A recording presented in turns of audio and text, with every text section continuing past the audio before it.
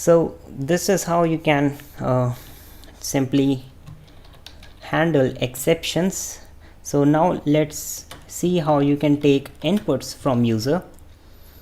So in order to take an input, you will have to create a variable and use a function which is a predefined function input, and inside it you will just define pick a number. Right, so when you will write this line in the output console, you can actually write some number in it, and when you will pick a number, so if you do this,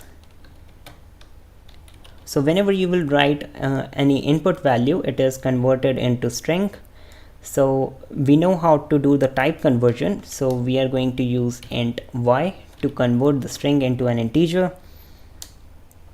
And now if the value of y is greater than 0, we are going to print that it is a positive number,